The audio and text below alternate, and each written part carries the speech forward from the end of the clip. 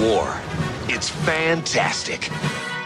So what we do here in this segment, Gethard, is we got over $1 trillion in 50 years has been the America's war on drugs. So as we know with any war, there's tends to be a little bit of fog, a little bit of confusion when things kind of start out there on the battlefield. You're not quite sure, with all the different aspects of warfare. There's bound to be moments of confusion and just craziness, frankly. And I feel like with this $1 trillion drug war that we have here, there's been a lot of that. No shortage of moments that have just been kind of mind-boggling and kind of just wild and specific to the drug war. So this one that I pulled here is the top-down, bottom-up, one of the greatest moments in American history, frankly, as far as I'm concerned. It doesn't get talked about enough, and it's something that would never happen nowadays, where there's actually some, I wouldn't even say accountability, because there never was, but there's at least a moment where people who've been affected by the power elite, by this power structure we have in place here, have a moment where they can just kind of see a human being, put a face to it,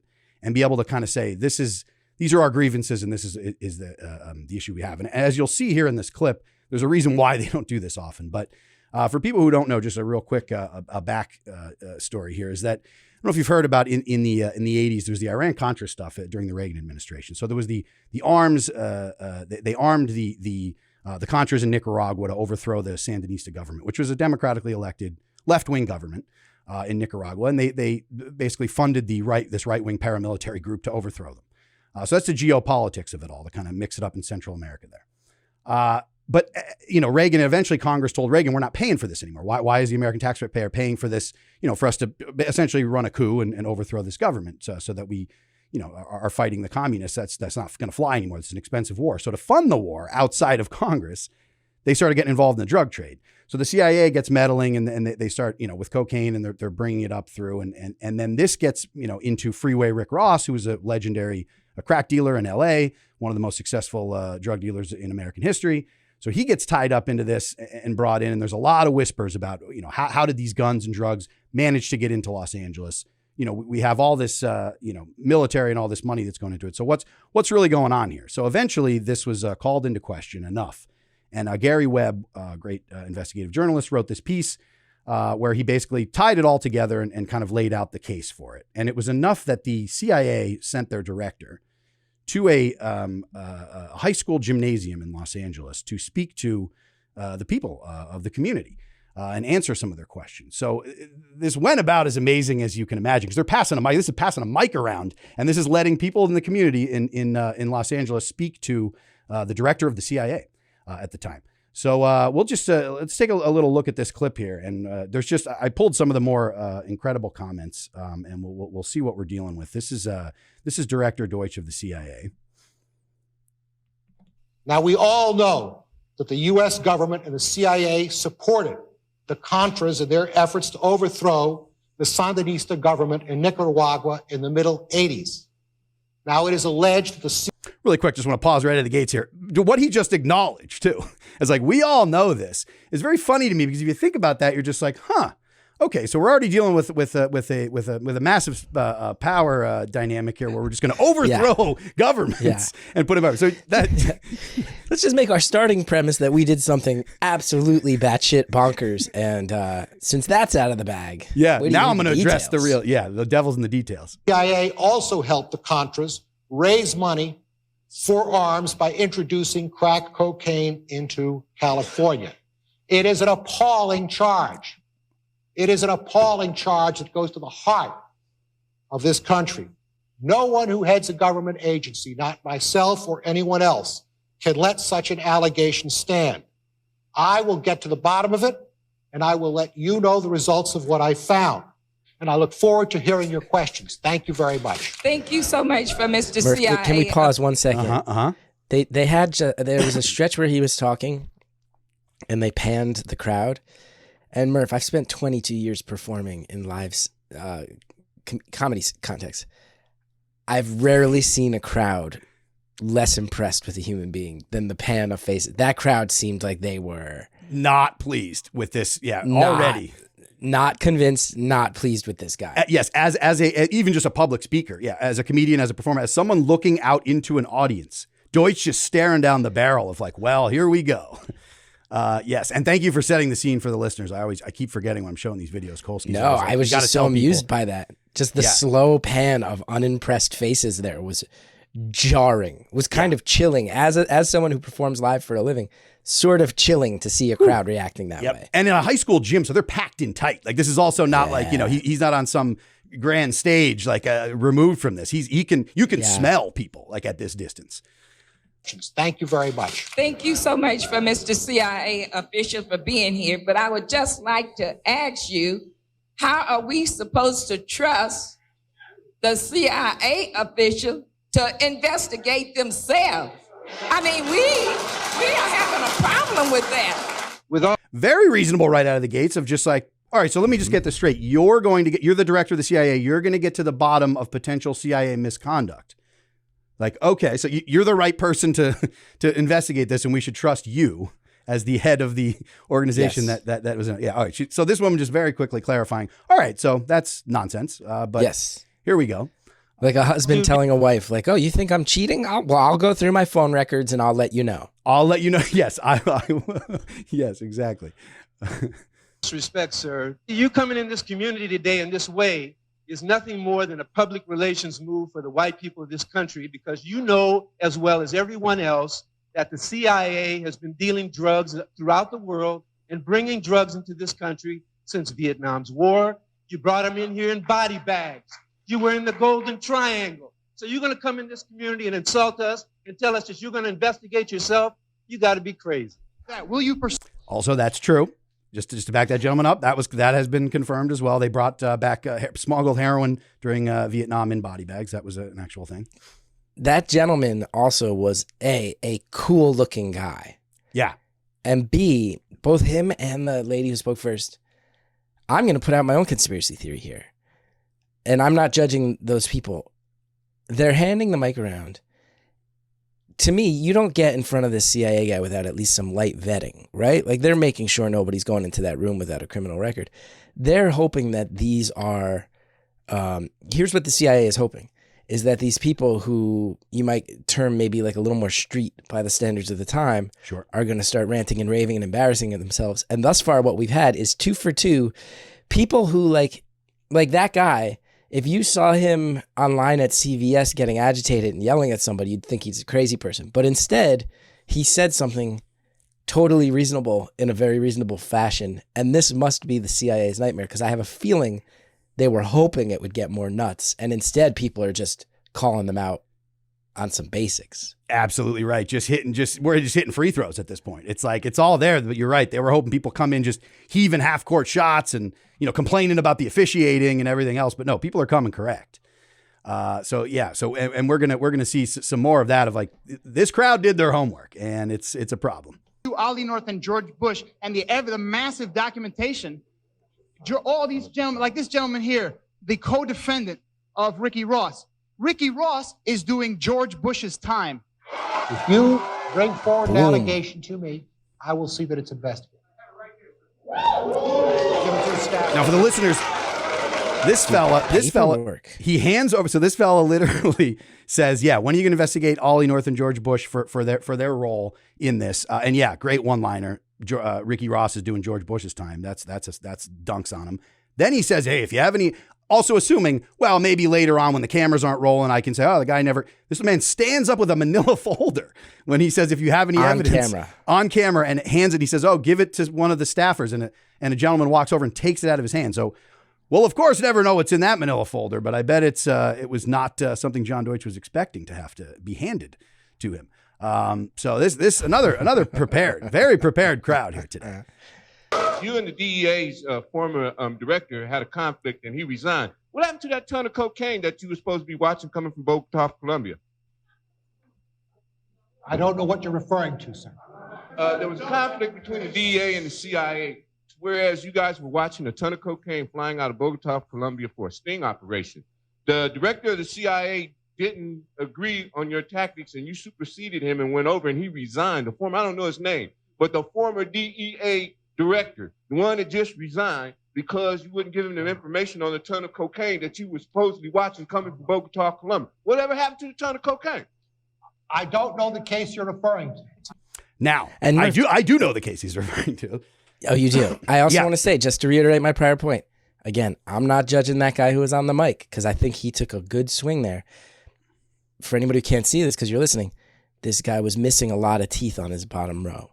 He was. And we all know. I watch that, I go, ooh, the CIA saw a guy like that, and they said, yeah, let him have the mic, because he'll come off like a crazy person. And That's he right. didn't. He came closest so far, maybe.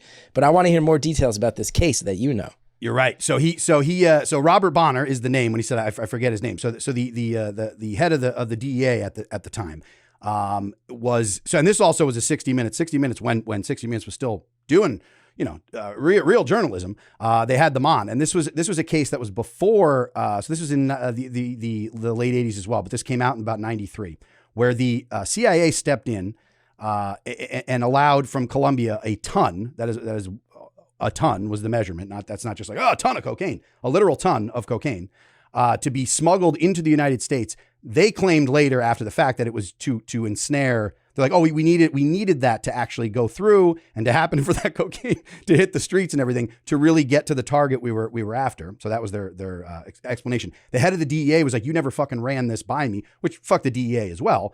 So it was a little bit of dick measuring between like the CIA stepped in on an operation, didn't tell us about it.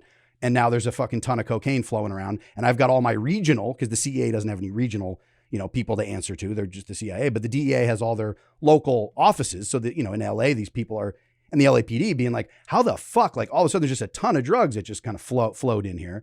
So the head of the DEA went on 60 Minutes and said all this and went on record as a whistleblower. And so that's what this dude's referring to. So for Deutsch to play the move of like, this is when it's the checkmate where it's like, well, I'm not going to unpack this because that's another situation. We're talking about crack.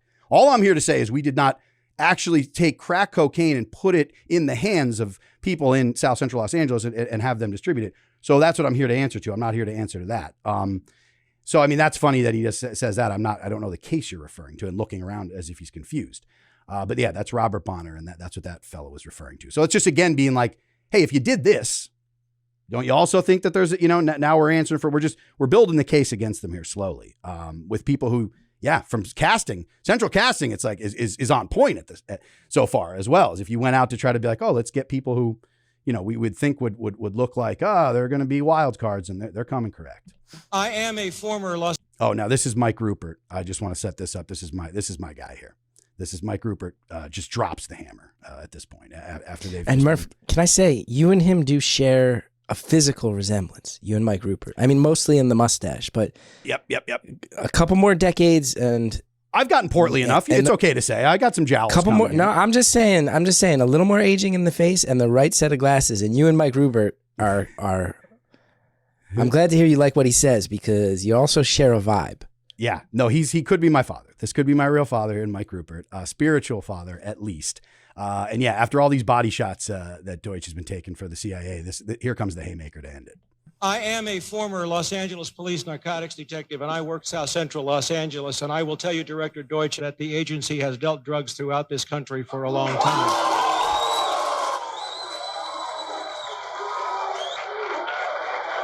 On their feet, standing up for this. Standing up. And do you want specifics? I will refer you to 3 specific agency operations known as Amadeus, Pegasus, and Watchtower. I have Watchtower documents heavily redacted by the agency. I was personally exposed to CIA operations and recruited by CIA personnel who attempted to recruit me in the late 70s to become involved in protecting agency drug operations in this country. I have been trying to get this out for 18 years, and I have the evidence. My question for you is very specific, sir. If in the course of the IG's investigations and Fred Hitz's work, you come across evidence of severely criminal activity, let him speak and it's classified, will you use that classification to hide the criminal activity, or will you tell the American people the truth? So, yeah, so we can imagine what the answer to that was. It's classified. I got to say, too, pretty brilliant. Because somebody, he could turn around and go, this guy Mike Rupert is a ranting, raving, crazy person. That's what, I'm first of all, I'm shocked that live on C-SPAN, a bullet didn't travel through that man's temple. As he put that out there. Yes. Shocked. Yes. Well, from behind that curtain, they were given the signal where they're like, Is this where we do it? Yeah. I'm amazed we didn't see a laser scope. And then, obviously, I'm sure they're instantly, can we smear this person's reputation? But what he did that was so tricky was, I'm going to say all this stuff that sounds crazy. I'm going to tell you I have evidence.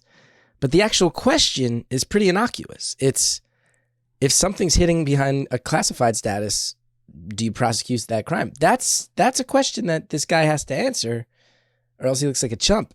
Yep. Well played move by Mike Rupert. Not, can you verify the existence of Project Amadeus, which sounds like something nuts. Just, hey, if you got classified info that tells about crimes, do you prosecute those crimes? You're right.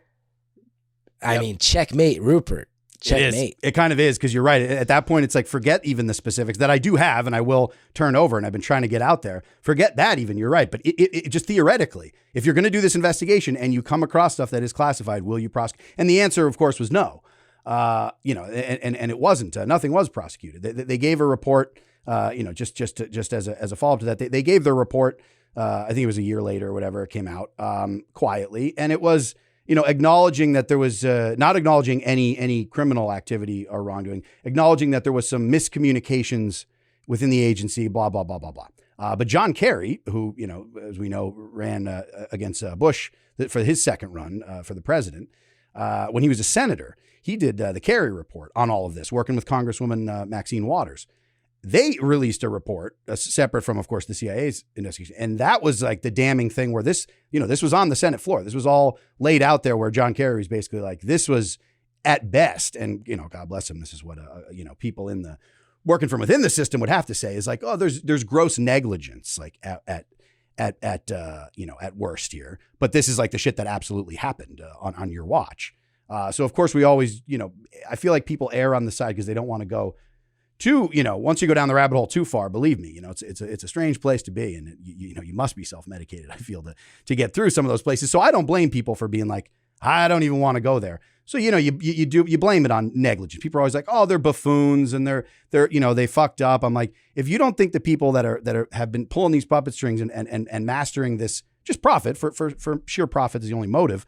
But like, if you think that they're like just a bunch of bungling morons at the top, that's where we lose in this game, because they're not. They're very highly coordinated and they have their plan in place, where it's like, once you show that evidence, it's like, yeah, that there was no gross negligence. This was exactly what they were trying to do. And the stuff that comes out about the CIA in general, you sit here, you go, it's, they probably hope that we all go, that's a fairy tale. But then you start to figure out, we all watched that Unabomber show where it's pretty clear of like, oh, they drugged that guy and messed with his head. And there's a pretty one-to-one argument to be made there that maybe the CIA, due to their experimentation, without intending him to send mail bombs, invented the Unabomber. Like, that's just kind of a fact that's out there in the public discourse. Now, I was just listening to something the other day about how there was a stretch when they wanted to test biological warfare where they came up with an innocuous bacteria and unleashed it on San Francisco and accidentally killed a bunch of people because they wanted to know how it would travel in San Francisco fog. That's like, there's some things that have MK Ultra is another big one. Yeah, some of these things that have happened that we've now been told, like, yeah, they did happen. You'll never get the full details, but even the stuff you hear is really fucked up. Not surprised to hear that they brought in a literal ton of crack rocks. Yeah, no, exactly. That's what's funny is how many of these do we need to know for sure that are not wild? And all this stuff, of course, gets tied up into wild conspiracy theories, but everything also that is now come out as absolute fact, a matter of fact, and part of the public discourse, at one time was just dismissed. Like conspiracy theorists and conspiracy, that gets thrown around to dismiss people constantly of having any sort of, because people go, oh, here we go, tinfoil hats and Alex Jones and whatever else, other kind of. It's the same problem I have with what we were talking about before, Murph, which is like, if we're going to go and say ecstasy melts holes in your brains, and that's what everybody hears about it the first couple years that we're hearing about it. Well, now it's 30 years later, and we're all hearing, actually, there's therapeutic uses that are helping people who have witnessed and endured the worst traumas find their way out of it. Well, that demonization set back that revelation so many years. It's the same thing. It's I'm not I'm not someone who wants to travel in conspiracy theory. I think that a lot of the stuff happening right now that's conspiracy theory is insidious and dangerous and dark. But when you paint everything as conspiracy theory, not only does it hide the truth at times, but it also validates people who want to traffic in the most insane conspiracy theories. You know, like maybe if the CIA wasn't allowed to run so wild, and if they were forced to own up a little bit more often, like these clips you're showing me, there wouldn't be such a level of distrust that people sit here and go, "Oh, I think Hillary Clinton hangs out at a ping pong store drinking baby blood." You know, dude. I say this all the time. You're absolutely right. That QAnon, that and the Pizzagate stuff. That doesn't exist without some form of, again, accountability, just even some light on it. Just even if no one is fully held accountable, or if there's a scapegoat offered up or whatever, but just public discourse, this kind of thing happening. If this was a regular occurrence of people being able to come to a public place, the community together comes out, calls them on their bullshit, whatever ends up happening. But you're right. It wouldn't get to the point of like, because it's basic profit motive. It's like, no, these people aren't, there's nothing but drinking, and eating the adrenaline glands and drinking the blood of babies. You get to that point when people hide their just profit motives in the shadows for so long that's what, you're left with. And then that just kind of gets to lump everything together with legitimate criticism and matters of fact that do come out in the wash. That all just gets swept under together. You're absolutely right. I think that all the time. I mean, and then the grifters who get to profit off of the conspiracies also play up the worst sides of them and the bullshit sides of them. They can throw in, because I always say this about Alex Jones for all his nonsense. When I was growing up, the Bohemian Grove doc that made his career, and I know he's a very hot button person at this point. So again, he leans right and on the anarchist side, whereas I certainly am very left on the anarchist side. So our worldviews are very different. But in terms of what it was he did and made his career on the Bohemian Grove stuff, Bohemian Grove's a real fucking thing. And it's where power players come together, not to drink the blood of babies, but to plan how they're going to profit more than they already have. How do they hoard the wealth? They're the masters of the universe. That's how they view themselves. They get together. I mean, dude, you know this as a neighborhood. If you're going to get together as a neighborhood association and go, oh, we want to get something done, you talk to your neighbor about it. Like to think that all of a sudden these people at the top don't have the same human basic, forget about right and wrong, even judging it, just the fact that they do it. Pretending like they don't come together and go, hey, you're in this industry. You're a titan of this industry. You make money here. Here's what we're going to do so that we all make more money. Like, that's not insane to suggest that they're doing that. Right. And if they would let a little more of the truth come out, the conspiracies would fizzle naturally, right? And yeah, that's right. And it's same thing of like, oh, they make you, if you take mushrooms, you're going to lose your mind. And now it's another thing that's coming out of like, actually, there's valid therapeutic treatments for that. Well, because you've demonized that, now you've also got all these weird fringe podcasters selling supplements that we all know are like, like ground up horse testicles that are medically and nutritionally useless.